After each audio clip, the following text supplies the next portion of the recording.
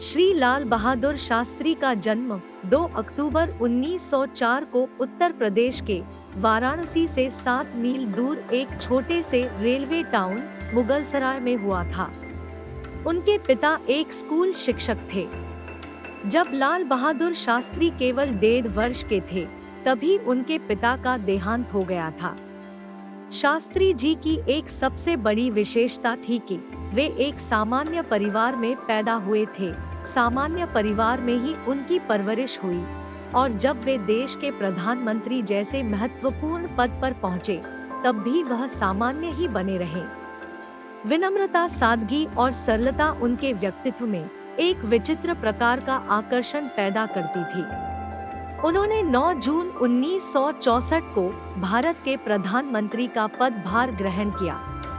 उनके शासनकाल में 1965 का भारत-पाक युद्ध शुरू हो गया। इससे 3 वर्ष पूर्व चीन का युद्ध भारत हार चुका था। शास्त्री जी ने अप्रत्याशित रूप से हुए इस युद्ध में नेहरू के मुकाबले राष्ट्र को उत्तम नेतृत्व प्रदान किया और पाकिस्तान को करारी शिकस्त दी।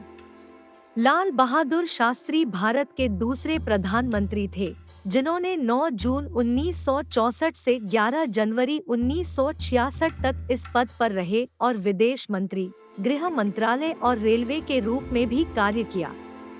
11 जनवरी 1966 को उन्हें यूएसएसआर, आज के रूस में, जहर देने की वजह से मौत हुई थी। आइए सुनते हैं लाल बहादुर शास्त्री के कुछ अनमोल विचार जो आपको जीवन जीने में मदद करेंगे। अनुशासन और एकता ही किसी देश की ताकत होती है। आजादी की रक्षा केवल सैनिकों का काम नहीं है, पूरे देश को मजबूत होना होगा। लोगों को सच्चा लोकतंत्र और स्वराज कभी भी हिंसा और असत्य से प्राप्त नहीं हो सकता।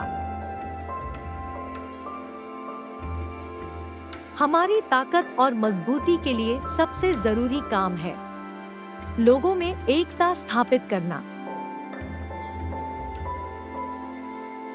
हम सिर्फ खुद के लिए ही नहीं बल्कि पूरे विश्व की शांति, विकास और कल्याण में विश्वास रखते हैं।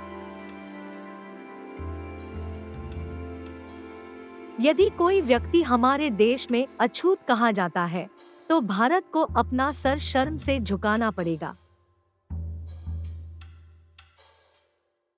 देश की तरक्की के लिए हमें आपस में लड़ने के बजाय गरीबी, बीमारी और अज्ञानता से लड़ना होगा। हर कार्य की अपनी एक गरिमा है और हर कार्य को अपनी पूरी क्षमता से करने में ही संतोष प्राप्त होता है।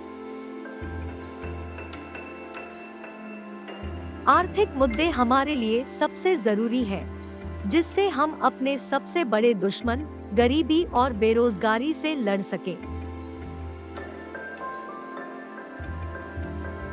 जो शासन करते हैं, उन्हें देखना चाहिए कि लोग प्रशासन पर किस तरह प्रतिक्रिया करते हैं। अंततः जनता ही मुखिया होती है।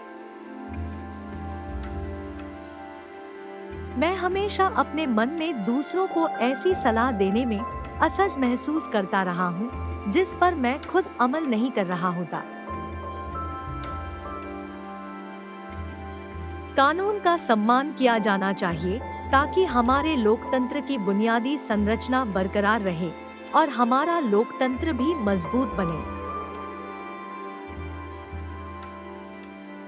मेरी समझ से प्रशासन का मूल विचार यह है कि समाज को एकजुट रखा जाए ताकि वह विकास कर सके और अपने लक्ष्यों की तरफ बढ़ सके।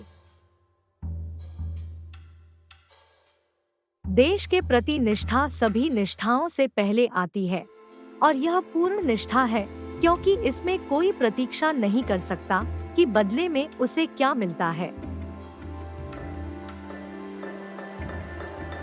हम उपनिवेशवाद और साम्राज्यवाद के अंत के लिए पूर्ण समर्थन देना अपना नैतिक कर्तव्य समझेंगे ताकि हर जगह लोग अपने भाग्य निर्माण के लिए स्वतंत्र हों।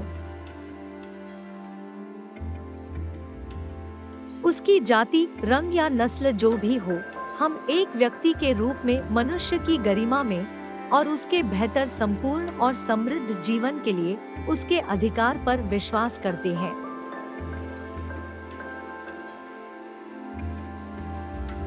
इसमें कोई संदेह नहीं है कि हमारे पास बड़ी परियोजनाएं, बड़े उद्योग, बुनियादी उद्योग हैं, लेकिन यह सबसे महत्वपूर्ण है कि हम आम आदमी को देखें जो समाज का सबसे कमजोर तबका है।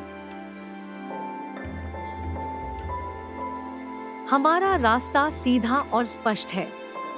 अपने देश में सबके लिए स्वतंत्रता और संपन्नता के साथ समाजवादी लोकतंत्र की स्थापना और अन्य सभी देशों के साथ विश्व शांति और मित्रता का संबंध रखना। भ्रष्टाचार को पकड़ना बहुत कठिन काम है, लेकिन मैं पूरे जोर के साथ कहता हूं कि यदि हम इस समस्या से गंभीरता और दृढ़ संकल्प के साथ नहीं निपटते हैं, तो हम अपने कर्तव्यों का निर्वाह करने में असफल होंगे। जब स्वतंत्रता और अखंडता खतरे में हो, तो पूरी शक्ति से उस चुनौती का मुकाबला करना ही एकमात्र कर्तव्य होता है। हमें एक साथ मिलकर किसी भी प्रकार के अपेक्षित बलिदान के लिए दृढ़तापूर्वक तत्पर रहना है। विज्ञान और वैज्ञानिक कार्यों में सफलता असीमित या बड़े संसाधनों का प्रावधान करने से नहीं मिलती, बल्कि यह समस्याओं और उद्देश्यों को बुद्धिमानी और सतर्कता से चुनने से मिलती है। और सबसे बढ़कर जो चीज चाहिए वो है निरंतर कठोर परिश्रम। हमारे देश की अनोखी बात यह है कि हमारे यहाँ हिंदू, मुस्लिम, ईसाई, सिख, पारसी और अन्य सभी धर्मों के लोग रहते हैं। हमारे यहाँ मंदिर और मस्जिद, गुरुद्वारे और चर्च हैं। लेकिन हम यह सब राजनीति में नहीं लाते हैं। भारत और पाकिस्तान के बीच यही अंतर है।